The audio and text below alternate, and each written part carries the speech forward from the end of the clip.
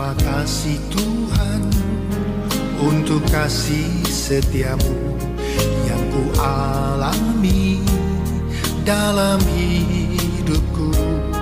Terima kasih Yesus untuk kebaikanmu sepanjang hidupku. Terima kasih Yesusku buat anugerah yang Kau beri. Sebab hari ini Tuhan adakan syukur bagimu. Ku sembah Kau Tuhan, ku mengangkat tanganku. Selamanya Kau ajaib bagiku. Ku sembah Kau Tuhan, ku mengangkat wajahku. Selamanya Kau hebat bagiku. Jadikan aku seperti rencanamu. Buatlah aku apa adanya. Atas semua kelebihanku dan juga kekuranganku, seperti rencanamu.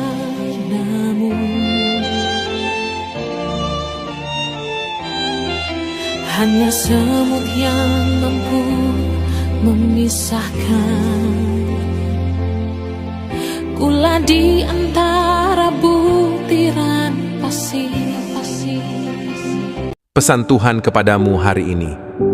Aku membiarkanmu menghadapi banyak masalah bukan tanpa sebab. Jangan berpikir aku tidak melihatnya. Kamu tidak hanya akan pulih, tetapi kamu akan bertumbuh. Di tempat di mana kamu merasa ditinggalkan dan diabaikan, kamu akan berdiri tegak dan menang. Ingatlah anakku, rencanaku bagimu adalah untuk mendatangkan kebaikan bagimu dan bukan untuk mencelakakanmu, untuk memberimu harapan dan masa depan. Hendaklah hatimu tenang karena aku bersamamu dalam setiap perjalanan hidupmu. Sekarang kamu akan bersinar seperti mercusuar yang memancarkan dari kasih dan kekuatanku. Percayalah kepadaku, sebab akulah penolongmu yang setia, penyembuhmu dan penebusmu. Jangan memikirkan masa lalu atau rasa sakit yang dari masa lalu. Angkatlah matamu ke langit di mana janji-janjiku tersingkap. Bahkan di saat-saat terlemah sekalipun, tetaplah bersukacita, karena kamu akan kubentuk kembali lebih kuat dari sebelumnya, bukan hanya untuk bertahan dari cobaan, tetapi juga untuk membantu orang lain yang mengalami hal yang sama. Jika kamu menerima pesan ini, ketik terima kasih Tuhan, dan bagikan dengan teman. Tuhan memberkati.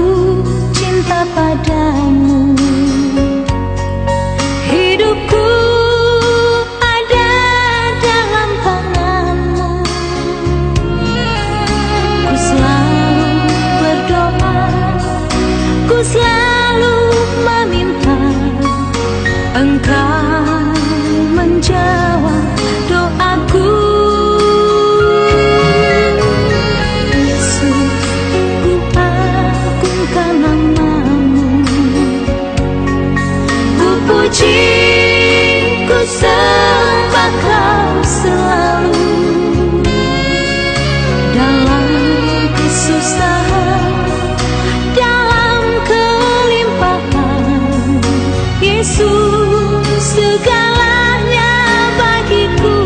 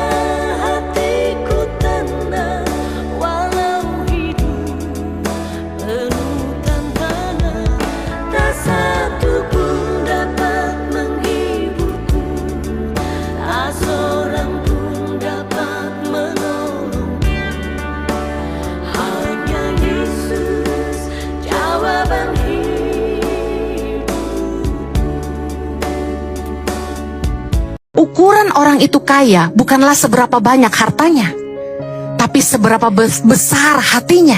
Yang setuju katakan amin. Percuma Anda punya banyak kalau Anda tidak punya ruang buat orang lain di hatimu. Jadi diberkatilah orang yang meskipun tidak punya banyak, tapi hatinya limpah buat sesama. Katakan amin. Ini apa? Jari-jari. Betul, sekarang dengarkan instruksi saya baik-baik. Kalau ibu jari ini mewakili kedua orang tua kita, jari telunjuk mewakili saudara kita, jari tengah mewakili diri kita sendiri, jari manis mewakili pasangan hidup kita, dan jari kelingking mewakili anak-anak kita. Sekarang saya ingin kamu lakukan hal ini. Rapatkan kedua telapak tanganmu, lalu sembunyikan jari tengah yang mewakili kita. Yap, persis seperti ini. Oke, pastikan jari yang lain tetap menempel satu sama lain ya. Nah, sekarang mari kita coba. Buka ibu jarimu. Bisa? Gampang, Miss Mary. Gampang ya. Sekarang buka jari telunjukmu. Ini juga gampang. Sangat gampang. Sekarang jari kelingking. Gampang juga, Miss Mary. Nah, sekarang coba buka jari manismu.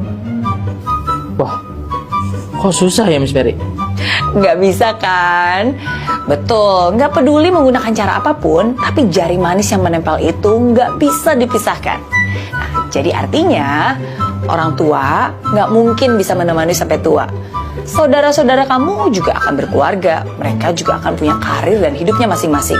Jadi mereka nggak mungkin selamanya menemani kamu. Anak-anak apalagi, saat mereka dewasa, mereka juga memiliki tujuannya sendiri. Dan juga harus berkarir dan juga harus berkeluarga. Jadi yang tersisa hanyalah jari manis.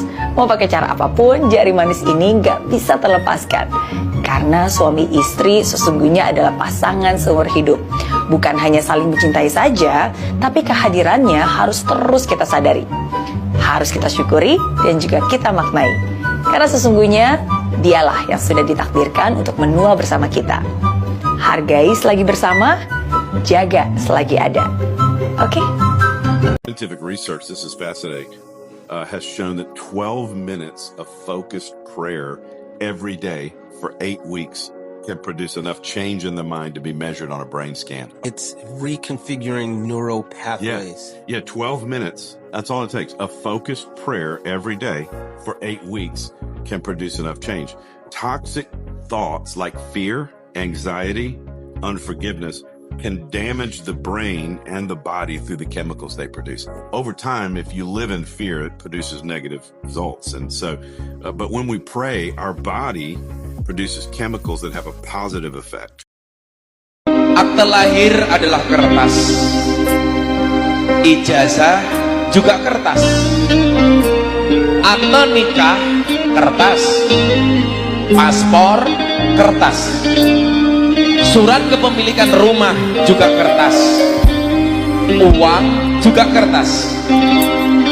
Kehidupan kita layaknya hanya dikelilingi dengan kertas-kertas. Seiring waktu berlalu, semua dirobek, kemudian dibuang dan dibakar. Berapa banyak orang bersedih karena kertas-kertas yang dimilikinya, dan berapa banyak orang yang begitu bahagia dengan kertas-kertas yang dimilikinya. Tetapi ada satu lembar kertas yang tidak mungkin dilihat oleh manusia itu sendiri, yaitu akte kematiannya.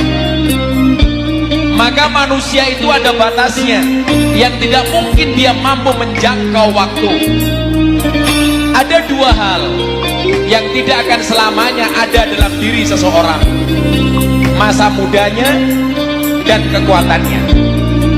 Dua hal yang berguna untuk setiap orang: hati yang mulia dan hati yang mengampuni.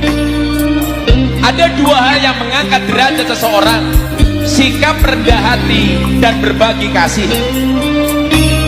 Belajarlah punya prinsip hidup. Ada 3 fase hidup yang tampak dari kita. Masa puber, kita punya waktu dan kekuatan, tetapi tidak punya uang. Masa bekerja, kita punya uang dan kekuatan, tetapi kita tidak punya waktu. Masa tua, kita punya uang dan punya waktu, tetapi kita tidak punya kekuatan lagi. Manfaatkan kesempatan hidup sebaik-baiknya selagi masih bisa bernapas. Kita selalu yakin bahwa kehidupan orang lain lebih baik daripada kehidupan kita, dan orang lain pun meyakini bahwa kehidupan kita jauh lebih baik daripada kehidupan dirinya. Kenapa hal itu terjadi?